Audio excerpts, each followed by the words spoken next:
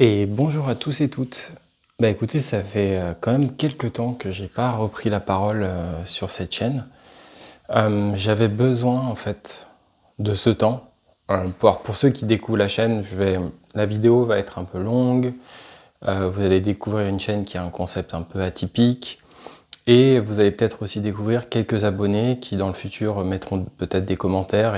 Voilà, vous comprendrez en gros assez vite, entre guillemets, le concept, qui n'en est pas un, dont j'ai pas forcément envie d'expliquer dans les détails, parce que je pense que, comme le disait un abonné, c'est une chaîne qui se ressent, qui se vit, et on a vie pour la comprendre, faut s'immerger dedans. Et je parlerai tout à l'heure d'ailleurs sur ce plan-là d'un film que j'ai vu hier pour la première fois, d'un grand cinéaste qui s'appelle Wong Kar-wai. Le film s'appelle Happy Together. C'est ma copine qui m'a offert ce film pour Noël. Moi, Wong Kar-wai, c'est un cinéaste qui a toujours beaucoup compté pour moi. Il faut savoir que l'affiche, par exemple, du film 2046 est restée chez moi pendant très très longtemps. Et voilà, et d'une manière générale, les quelques œuvres que j'avais vues de lui m'avaient marqué. Et je suis loin d'être évidemment le seul. C'est un cinéaste qui est très connu, mais dont on parle pas tant que ça d'ailleurs. Tout ça pour dire, quoi, tant que ça dépend où, mais voilà. Tout ça pour dire que voilà, Culture Plane est un projet, à mon sens, c'est difficile en fait de parler de ce projet, surtout pour des personnes, on va dire, qui viendraient d'arriver, quoi. Euh, Ce que je peux vous dire, alors, je vais un peu décaler ma vidéo là, parce que je mets ça sur la table. Voilà, c'est que déjà, comme vous le voyez maintenant, pour ceux qui connaissent pas, c'est une chaîne, je pense, qui est atypique parce que je le suis. Voilà. Je me suis pas caché de le dire à la communauté parce que je pense qu'il y a des choses dans la vie où il y a des responsabilités.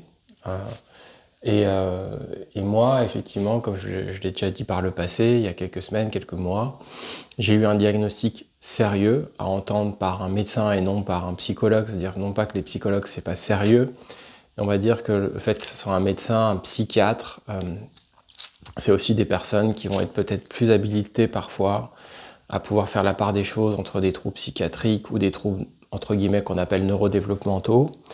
Alors, bien sûr, il y a tout un sujet actuellement, si vous suivez tous ces sujets-là, sur la question du neurodéveloppement. Moi, à mon avis, il est un peu plus simple. C'est-à-dire que je pense qu'on arrive en fait dans un contexte contemporain de vie où de toute façon il y a eu une part accordée au psychique qui a été très très importante. Finalement, depuis l'avènement entre guillemets de l'ère de Freud, quoi, il y a eu quand même une part importante accordée à ça. Il y a eu après des disciples, des nouveaux créateurs, voilà, c'est comme ça que des courants se sont formés différents. Ça avait commencé par les Freudiens, les Jungiens, mais après il y a eu les Lacaniens, etc.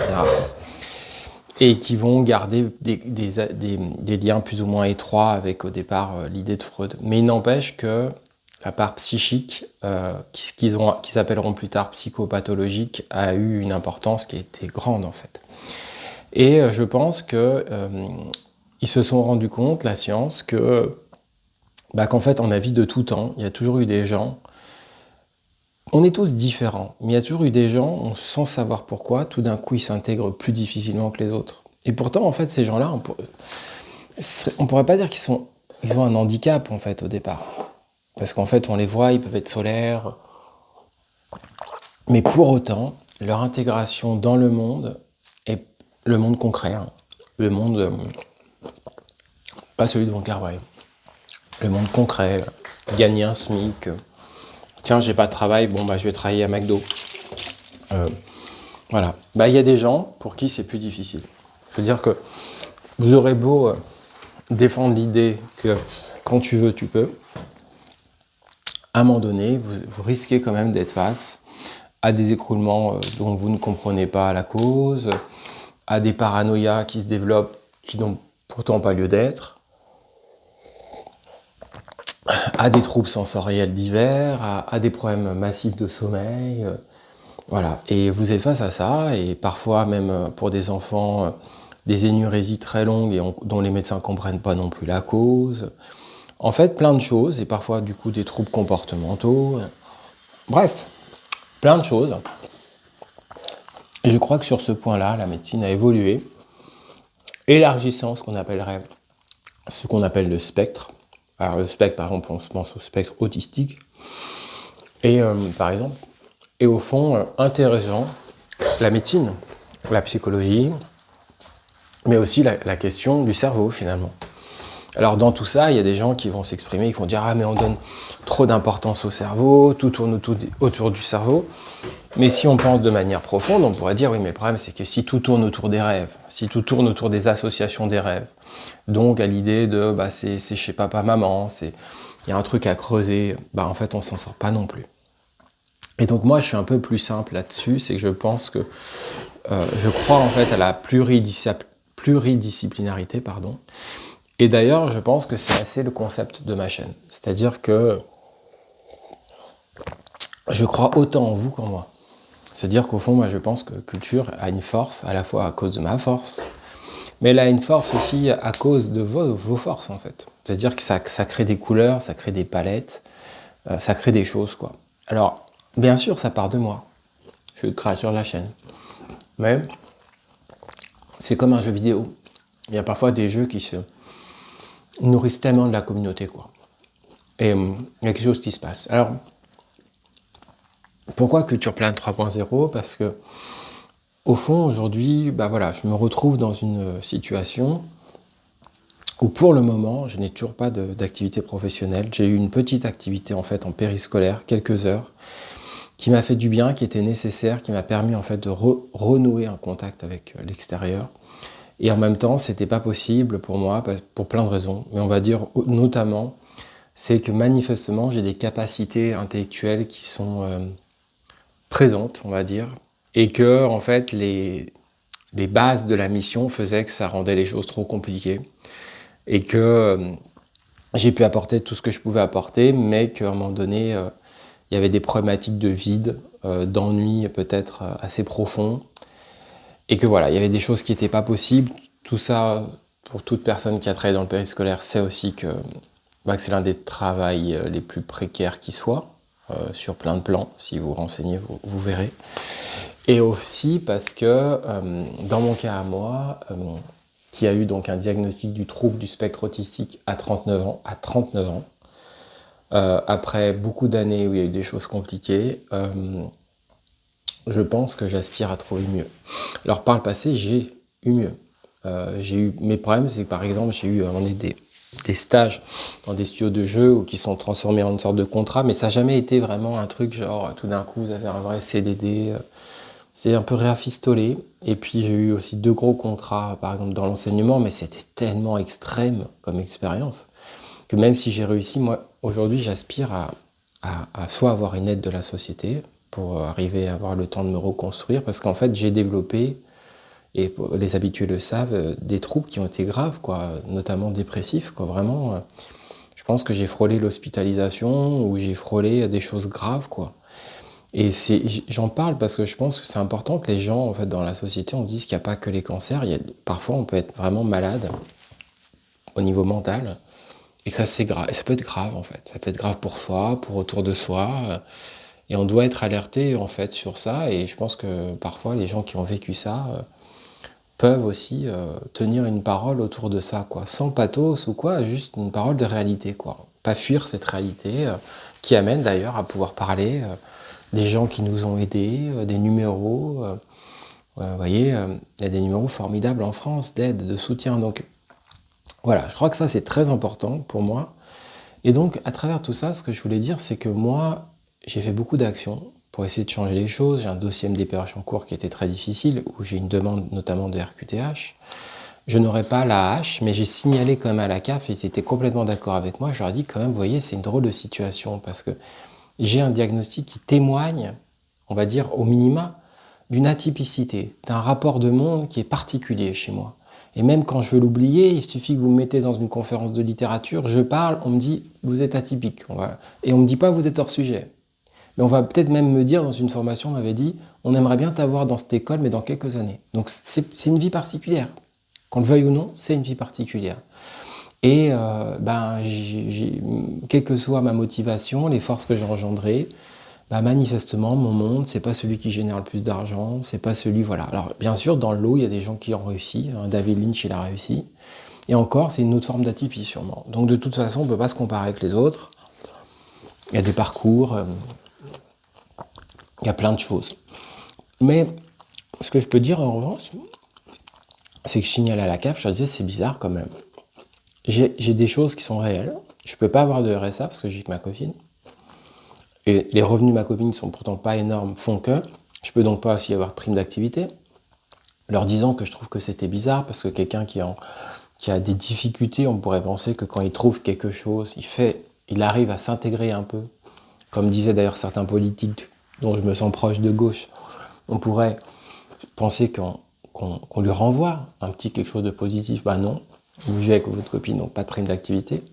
Et si la hache elle est refusée, ben au final, on a moins que si on vivait seul, sans copine. C'est bizarre. Donc il vaut mieux espérer que soit que sa copine, on ait un lien humain avec elle, etc., soit avoir de l'aide quand arrivent les moments particuliers, parce qu'on peut recevoir de l'aide que dans des moments particuliers, à savoir l'anniversaire. Même pas Noël, l'anniversaire. Donc si vous voulez, c'est un paysage particulier. Bon, moi dans tout ça, j'ai le soutien de ma famille, de mes proches quand même. C'est pas toujours simple de porter un tel monde, on fait comme on peut, mais j'ai quand même un soutien, de l'amour, des amis, même lointains.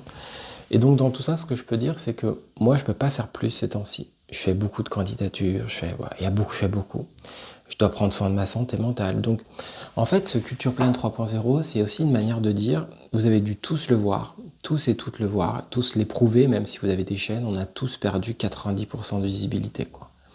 On a des vidéos maintenant à 1 vue. Alors, en plus, moi, comme je suis très respectueux des règles, les histoires de changement de ligne éditoriale YouTube font que j'ai mis plein de vidéos en 18+, parce que voilà, on sait plus trop comment on doit faire. Donc bon, moi j'ai plus le temps là, de les remettre en. Apparemment c'est sinon pas si sévère que ça, mais bon, j'ai plus le temps de tout remettre. Donc bref, au final, ça crée quand même un truc qui est pas si facile. Donc voilà, moi je voulais vous dire ça, vous dire que au fond je pense que Culture a besoin de vous. Et que si vous voulez soutenir en fait cette chaîne, je crois que c'est pas mal d'avoir à l'esprit que c'est une création, que c'est un média un peu indépendant, et que si vous avez envie que ça perdure, de temps en temps, quand vous pouvez dans l'année, vous avez cette page Tipeee.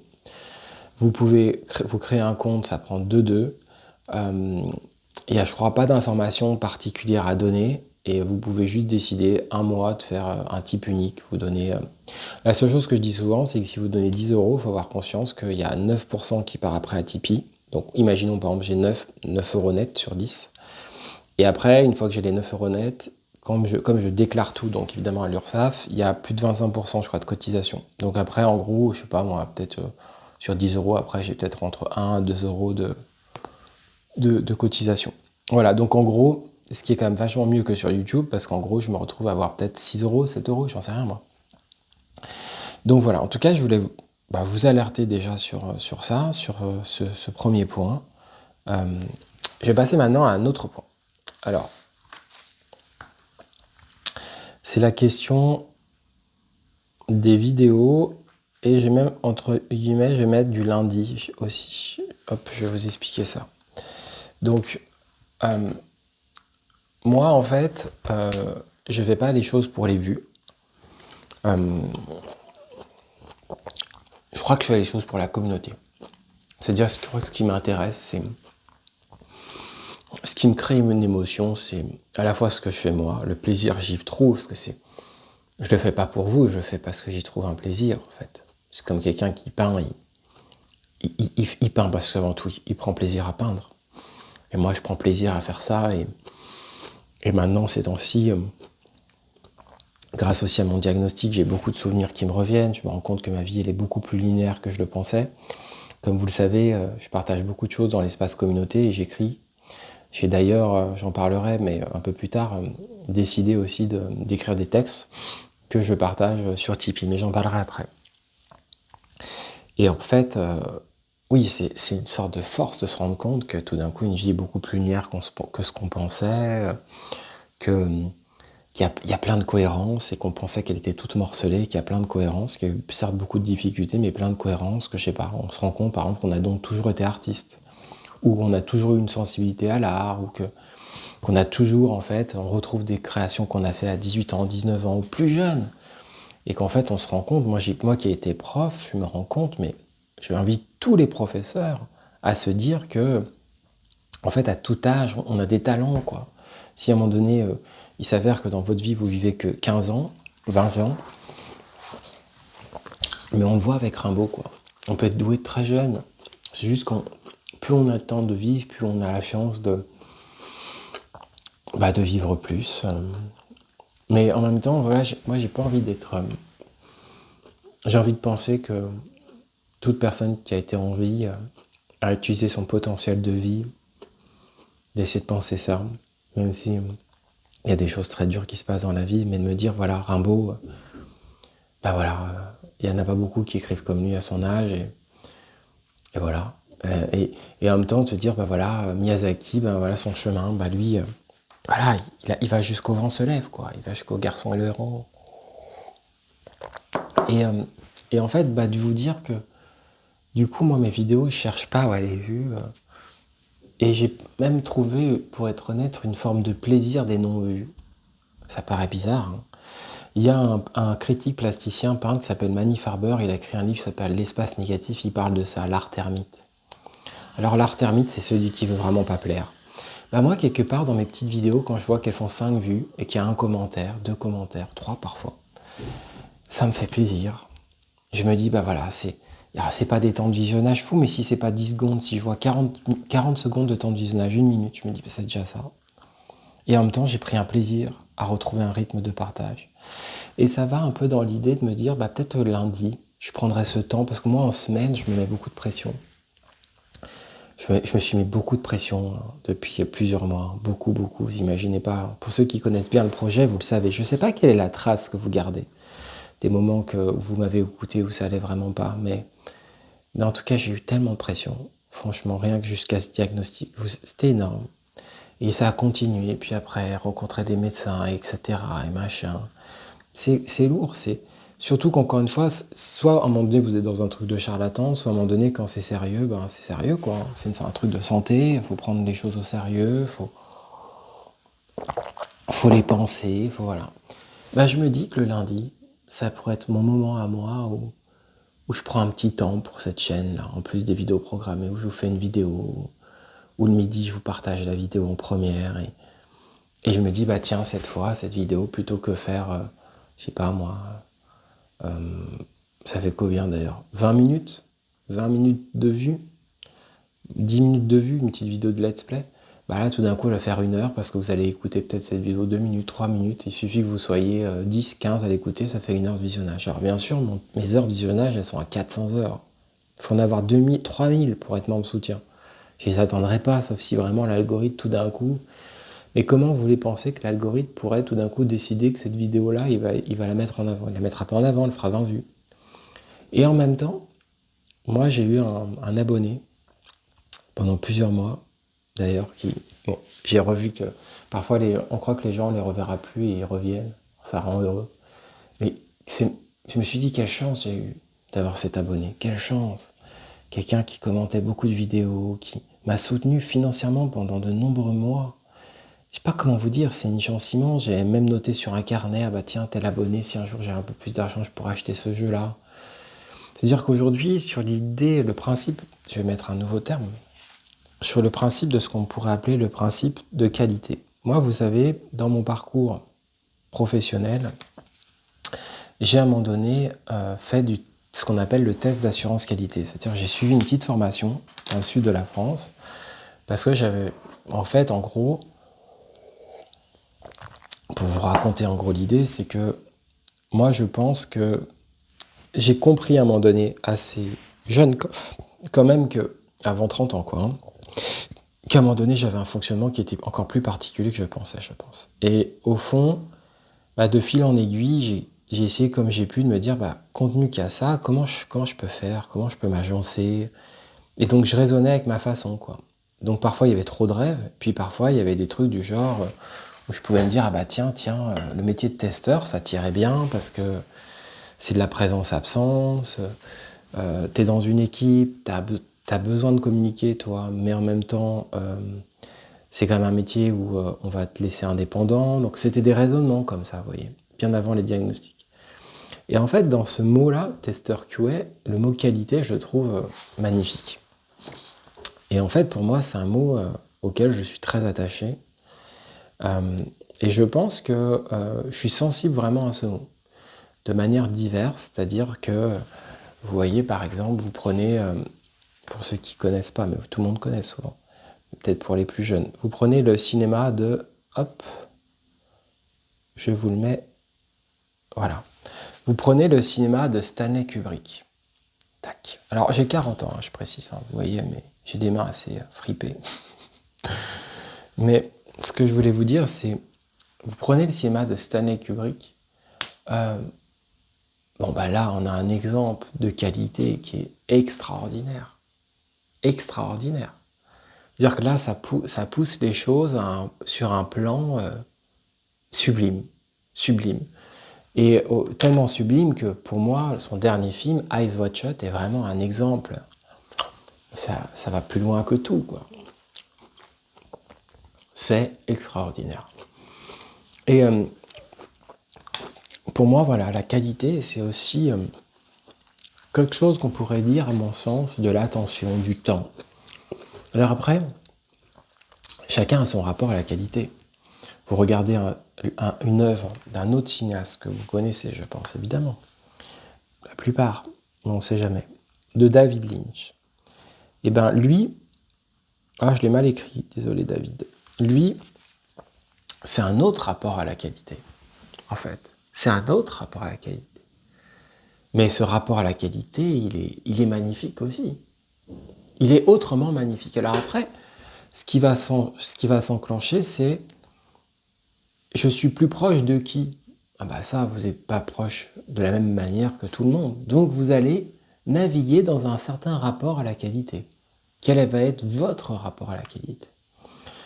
Et moi, je trouve que parfois, dans les contraintes, je trouve qu'on apprend des choses. Voilà. Alors écoutez, c'était la partie première de cette vidéo. Moi, j'aime beaucoup l'idée d'en faire une autre.